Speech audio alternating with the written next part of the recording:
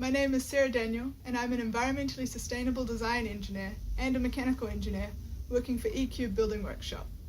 In addition, I'm a Green Star accredited professional, a Home Star assessor, and a trainee neighbours assessor. Throughout my work, I've contributed to a wide variety of sustainable building projects across New Zealand.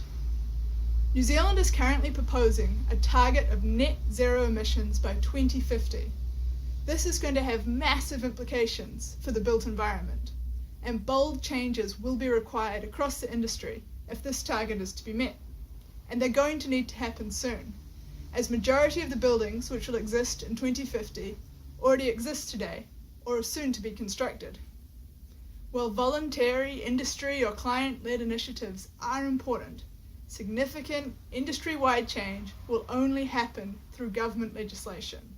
So there is a need for a clear government direction with a mixture of both improved minimum requirements and incentives. For example, there must be changes to improve the building code, particularly the energy efficiency and insulation requirements of Clause H1. These changes should be in the form of steady, incremental updates which follow a clearly publicised, long-term plan of improving standards. This will allow the industry to plan and prepare accordingly and ensure that everyone is on the same page. In addition to improvements in minimum standards, we should look at the introduction of more incentives for high-performing buildings. These could include anything from greater height allowances, to reduced consenting fees or time, to loans and grants to assist in the design and modelling of such buildings. This will provide immediate financial benefits to creating better buildings.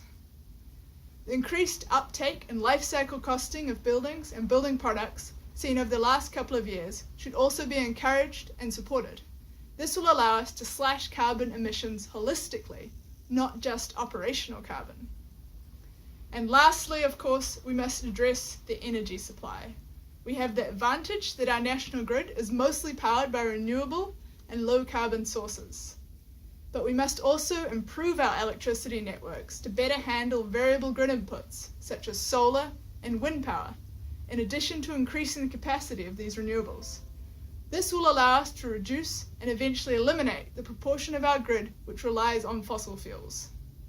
So to sum all of that up, to slash energy emissions in the built environment and reach net zero by 2050 will require a multifaceted approach.